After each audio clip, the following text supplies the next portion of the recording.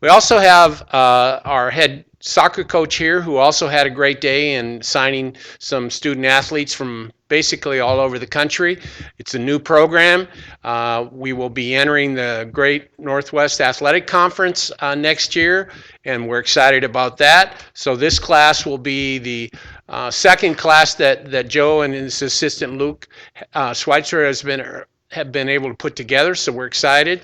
The overall numbers will grow, and more importantly, the number of home contests will also grow from just 2 last year to I think we have about 8 or 10 this coming year.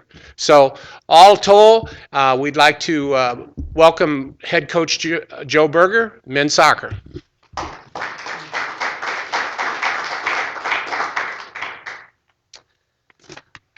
Uh, First of all, I'd like to say this is the first time in the program's history that I get to do something for the second time, is announce my recruits, because this is my first second. So that's kind of exciting right now for us as well. Um, Without going into a long thank you list and piggyback on Coach Collins, I just want to say I believe in all the wonderful people here, and it's the people that make the institution. And I think that's what we sell the kids first. And I know that Coach Collins did a great job of listing individuals, but and for a matter of time, I will skip that because he did such a good job and just say I appreciate all the individuals in the institution that make this place a special place. I'm proud to announce 12 signees with us today. Um, of the 12, 7 of them have a 28 ACT or higher.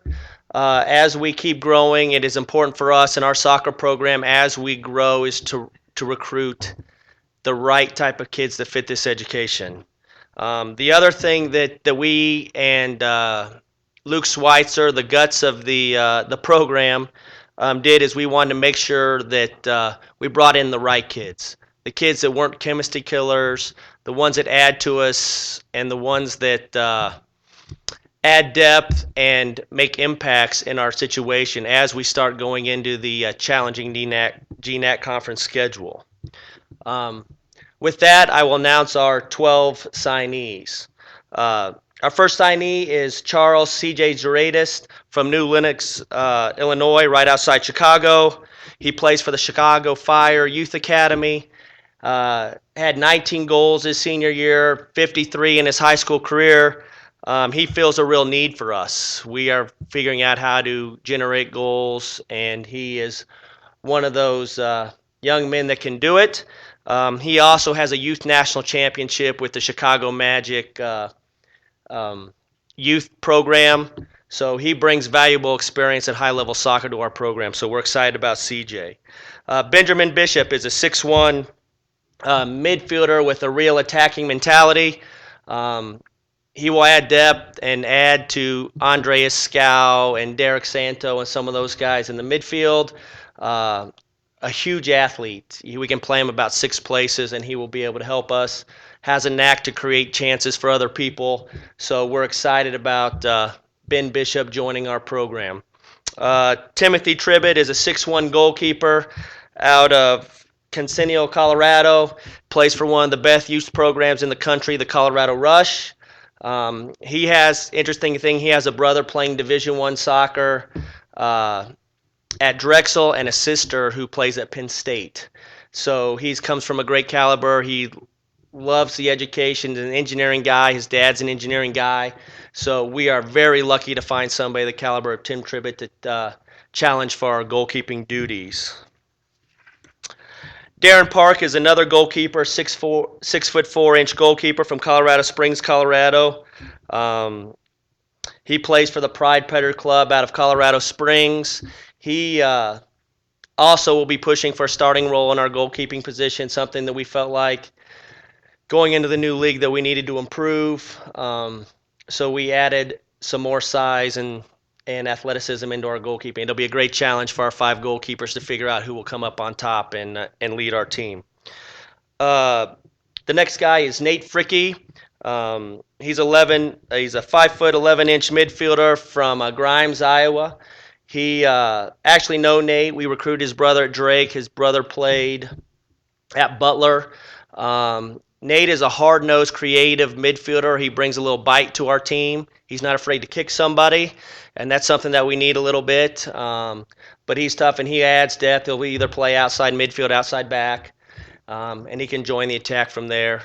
Kind of a neat thing is his club coach was my old boss at Drake University, Sean Holmes, so I know exactly what I'm getting with Nate, and he'll be a great asset to us, and with the toughness to the team going in the hard league.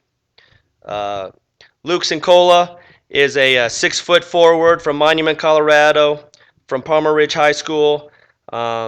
He is scored 11 goals his senior year. He actually a little bit young. He plays on an under 17 soccer team, so he's kind of an unknown commodity.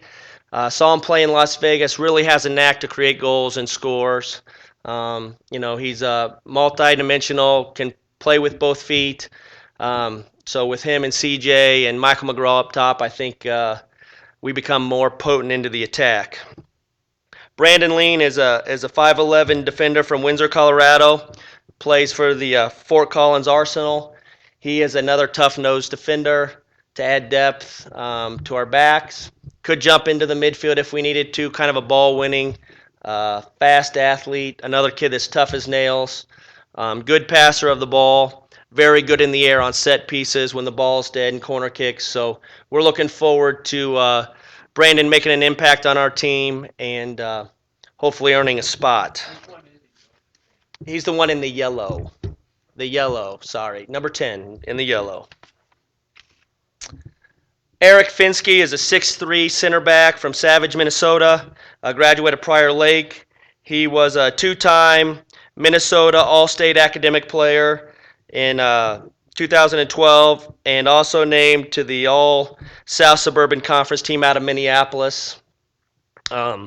He adds depth to the back, very good, very composed player, can do a lot of things. Obviously, as you can hear from our things, we are like the football team, adding size. He brings and he will also give us depth in the back and could play outside for us as well. Thomas Stasiak is a 6'1 left-footed player from Sturgeon Bay, Wisconsin.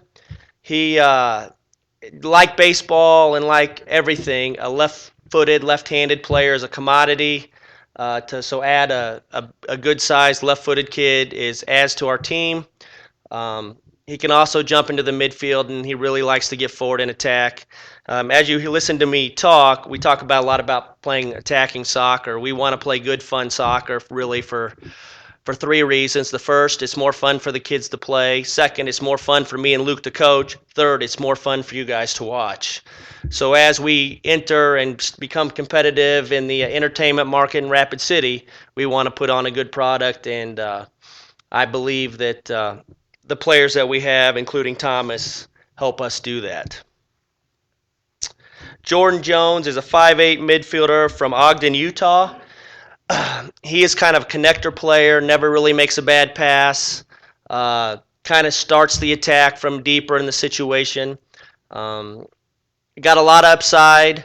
We believe he's a late bloomer and really come on his sophomore junior year, but comes out of a great club in La Roca in Utah. So we're excited about Jordan and what he adds to our program. Austin Rankin is a 5'9 midfield forward from Longmont, Colorado and Silver Creek High School. He plays for the Colorado Storm Royal. He adds pace to our team. He's kind of a feisty outside player that seems to be cause havoc for the other defense, and you'll have to honor him. We're lucky to have Austin, and we can see him playing as a forward, as a midfielder in our situation. The next player in our class is Perry Cheesebro. He's a 6'5" center midfielder, which anybody knows soccer. If you ever see a 6'5" center midfielder, it's a rare day, but we're lucky enough to have one. We can play him at center back as well. He's going to come in. He actually will come in and join our team as a 17-year-old. He's graduating high school early, so probably a pretty good redshirt prospect for us. But we think Perry has a huge upside and really add to our program in year 2 and 3 of his involvement. Any questions for me? Well, I'll just leave you with. Oh, yes, Coach. For us, Joe, all our guys are done playing their football careers in high school. Are these most of these guys gonna still play with their club teams through spring? And when do you kind of get your hands on them? Yeah, these guys are all still play. These are all freshmen. They will play literally till the end of July. So we will help them along with any questions they have with the weight room. But these guys are active playing with their club teams right now. Our trick is when they come into August is to make sure that we build the chemistry rather quickly and get them ready, prepared to compete in a grueling 2013 schedule. With your new recruits and what you anticipate returning, you'll move from about 21 student athletes to how many? Right now, we're just above 30, and counting. We have two Division One transfers that didn't play last year, and then we have a kid that's doing a year in residence that is already here that will add to our team. So I think we'll have be able to put on a much better product than we did this fall.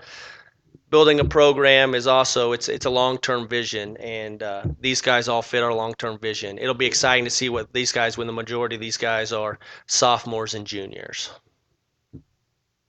Joe, now that you're in the GNAC conference, looked at changing some of the recruiting rates to the Northwest? We are. All these guys were done pretty early, so we will keep kind of going up to the Northwest and taking a look. But I think we can still hit Texas and Chicago. I think Chicago can be really good to us. So just like all coaches, we have our honey holes. I'm a Midwest guy, so we'll do that. But I think getting in the Northwest and having more visibility with those schools, I think will only help us in the long run. There's a lot of good soccer in the Pacific Northwest. You know, we are still kind of milling around, maybe three more guys. A couple from California, a couple from Texas. So hopefully, if things work out, those honey holes will work out for us too in the long run. How many matches do you play? We can play 18 regular season matches. We actually have two exhibition matches, so we'll play right at 20. And 11 of those games are at home next year. So we're pretty lucky that we got some pretty big travel, but we also have some pretty good time at home. I have another question. Mhm. You have 30 soccer players. Mhm.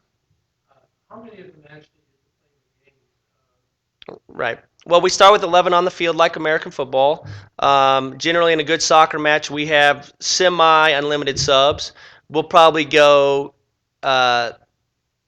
16 to 20 deep in a game of kids being involved in the contest. I think with a squad this size and some of our deficiencies, there'll be a chance. But we want to build a big enough team where we could play 11 versus 11 at practice. So having a little bit accounts for some injuries that always happen, maybe some natural attrition that happens a little bit later in the school year. So I think we're at good numbers, and hopefully this will help us in the long run as we build this program. Yes. How many conference games?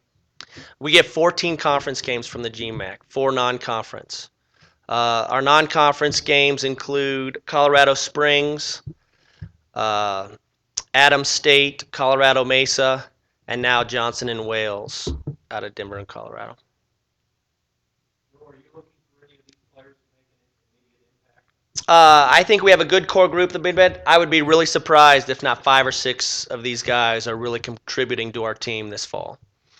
I know there's a lot of good talent here, a lot of guys that have been overlooked, but I think a lot of those guys could see a lot of playing time to build around the core base that we brought in the first year. You talked about tough competition. For those people that don't know about the GNAC, can you give us a little thumbnail of the top teams in the GNAC? I don't know if it's a little thumbnail. I think it's a pretty big one. We're lucky enough to play Final Four participant Simon Fraser twice this year out of Vancouver, British Columbia. Alan Koch, their coach, is a good friend of mine, and he does a great job. We've got some coaching roots that go back together, and they will be a handful and always a quality side. Seattle Pacific has won a couple national championships and is always around the NCAA tournament. Western Washington has a quality side. They're always sniffing around the top half of the league. Montana Billings Great, solid program. Their coach just left to take an assistant job at Cincinnati, but he's really laid a good sound thing. They were sniffing around the NCAA tournament this year. And then you add, who knows, with Northwest Nazarene. They had a great year this year, winning a ton of games, just missed out on the NCAA tournament. St. Martin's will be a quality side, and then our natural foe, the University of Mary from our NEDAC days, DAC days, will always be a good, in soccer terms, derby match, so that'll be a good little rivalry. I think it's just exciting to be in the league. We have some national rivals with Billings and Mary, and so we're looking forward to getting the community out and growing the game of soccer. And I think with this great competition, we'll be able to influence a lot of young people in the game of soccer and hopefully draw them to and be good role models for them in the community. Yes. Recruited 12 people. How many did you actually go out and recruit? You got 12 people. How many did you try to recruit that you kind of missed out on? We usually start with the list. With us starting with our limitations, we started with the list of about 200 names and whittle it down to the right kids, the 12 right kids, and that's absolutely what we got here. Did you make some offers that weren't accepted? Of course. I mean, that's the nature of recruiting.